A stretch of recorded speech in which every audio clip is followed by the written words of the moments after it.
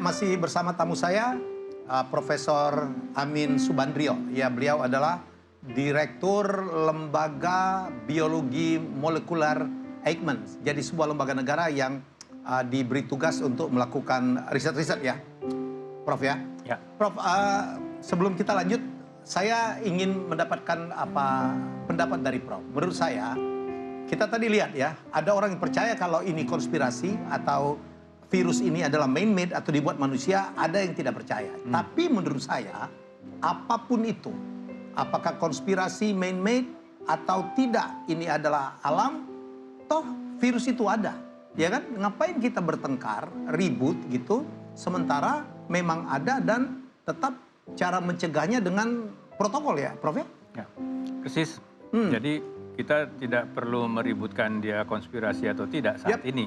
Jangan habis energi juga memikirkan itu ya terus. Karena kita mesti tahu persis siapa enemy kita, ya kan? Semuanya harus menerima bahwa musuh itu ada di depan kita. Oke. Artinya eksis di sekitar kita. Karena masih ada yang menganggap bahwa virus itu sebenarnya tidak ada. Masih ada. Masih ada yang seperti itu. Bahkan satu survei dilakukan tidak jauh dari Jakarta, menyebutkan orang yang percaya bahwa virus ini ada, benar-benar ada, cuma 15%. Bayangkan. 85% tidak percaya? 85% tidak percaya bahwa virus ini sebenarnya ada. Betapa sulitnya menerapkan protokol COVID-19? Nah, jadi kita bisa bayangkan dari 85% itu, kita minta untuk pakai masker. Kalau dia tidak memahami bahwa musuh itu ada, pasti dia akan menganggap kenapa harus pakai masker. Jadi inilah tugas kita ya, Prof. Nah itu, jadi bahwa mencegahnya pakai masker, menjaga jarak, dan selalu cuci tangan. Karena virus itu ada di sekeliling kita. Itu yang harus diyakini oleh semua orang bahwa virus itu ada. Prof, ini dulu kan sempat juga menjadi satu kontroversi ya, apakah ini airborne? Ya, menular melalui udara atau droplet atau butiran-butiran kecil ludah itu yang kalau tersentuh orang lain dari penderita itu akan terkena. Yang mana yang benar, Prof? Sebagian besar droplet, karena virus itu ukurannya sendiri agak besar. Oke. Dan dia keluar dari saluran pernafasan itu memang bergabung dengan cairan. Oke. Jadi ukurannya memang besar. Dan praktis 2 meter dia, akan sampai 2 meter akan jatuh. Tetapi pada beberapa situasi, misalnya di rumah sakit itu ada ventilator dan sebagainya, itu menjadi aerosol. Nah, di lingkungan juga demikian, kalau misalnya hembusan udara droplet tadi ya, AC itu yang dari kecil, dia terbang makin lama makin kecil kan, ukurannya ke arah kering. Nah itu akan menjadi aerosol, terbangnya bisa makin jauh.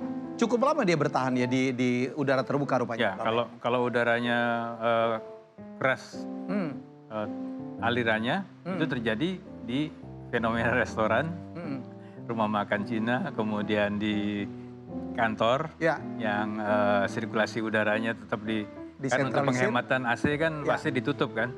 Jadi udaranya itu lagi putar sehingga terjadilah itu yang berputar ya. Terjadilah peningkatan konsentrasi virus dalam ruangan itu. Jadi lebih baik di alam terbuka ya? Alam terbuka lebih bagus, kalau di ruangan harus ada pertukaran udara, jadi udara segar harus masuk. Itu jendela sebaiknya sekali-sekali dibuka ya, Prof? Minimum 25% sebetulnya.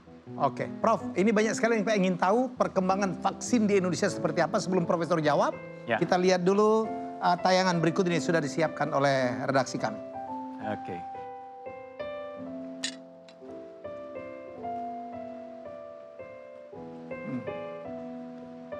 Vaksin merah putih capai 5%. Ini yang sekarang lagi dibuat oleh Eijkman ya, Prof? Ya, betul. Terus? Cukup ya? Baik, bagaimana? Ini sekali lagi pemirsa, ada vaksin, ada 2 vaksin sekarang Indonesia. Ada vaksin Sinovac yang dari China dan ada lagi adalah produksi putra-putra bangsa Indonesia yang sekarang menjadi penelitian dari lembaga yang sekarang dipimpin oleh Prof Amin. Sudah sejauh mana, Pak? Ya, tadi sudah disebutkan ada 50% kurang lebih ya. Jadi ada 2 tahapan besar dalam pengembangan vaksin ini. Skala laboratorium dan skala industri. Yang menjadi tugas Eijkman adalah mengembangkan di skala laboratoriumnya. Oke. Dan kami hanya diberi waktu 12 bulan untuk mengembangkan bibit vaksin ini. Dalam keadaan normal untuk mengembangkan skala laboratorium itu seringkali dibutuhkan 3-5 tahun. Tapi untuk situasi pandemi kita hanya diberi waktu 12 bulan. Sudah mulai dari kapan? Bulan Maret kami mendapatkan instruksi untuk memimpin konsorsium vaksin. Sekarang udah tepat 6 bulan ya? Praktis April baru mulai bergerak. Oke. Sekarang bulan September, jadi ya sekitar 5-6 bulan. 5-6 bulan. Dan kita diharapkan Februari atau Maret paling lambat sudah menyerahkan bibit vaksin itu ke industri.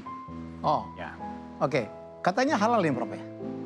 Insya Allah, karena sejak awal kami mengusahakan semua proses, semua reagensia itu yang memang direkomendasi untuk masyarakat Indonesia. Masyarakat Indonesia ya. Artinya kita menghindari penggunaan bahan-bahan yang mengandung zat-zat yang tidak disetujui.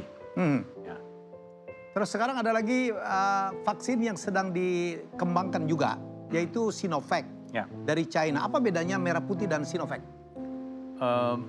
Bedanya ada, ya pertama tentu pasti yang Sinovac dibikin di Cina berdasarkan virus yang beredar di Cina. Setiap negara pasti akan mengembangkan vaksin berdasarkan virus yang beredar di negaranya masing-masing. Amerika juga demikian, di Eropa juga demikian. Cina seperti itu, Indonesia juga begitu. Jadi virus yang dipakai itu berbeda. Yang kami pakai adalah virus yang beredar di Indonesia. Yang kedua, platformnya berbeda. Platform itu artinya bagaimana vaksin itu dikembangkan. Kalau Sinovac itu menggunakan whole virus. Jadi apa itu, Bro? Whole virus itu virus secara utuh. Jadi virus hidup dibiak, diperbanyak sampai jumlah yang cukup banyak itu, kemudian dimatikan. Dikasih bahan kimia supaya dia mati, setelah itu dimurnikan. Dipisahkan dari media sel dan sebagainya. Nah, setelah mati dan dipisahkan, siap dia jadi vaksin. Jadi lebih straightforward sebetulnya.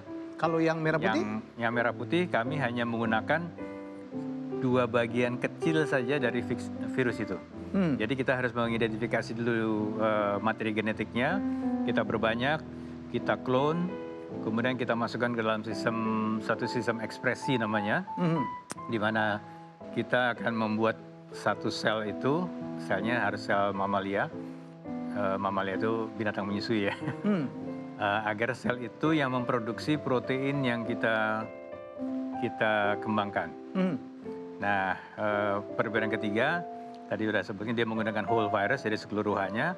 Kalau di merah putih, kami teknologinya adalah protein rekombinan namanya. Ya, jadi tadi gen-gen itu kemudian kita rekombinasi, di clone dan dimasukkan ke dalam satu sistem lain.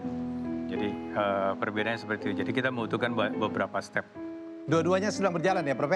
Ya. Dan kita berharap dua-duanya akan menghasilkan sesuatu yang membantu Indonesia untuk keluar dari bencana COVID-19. Prof, tahan dulu. Kita makan lagi, kita break dulu untuk melihat pesan-pesan dari kami berikut ini. Oke, terima kasih.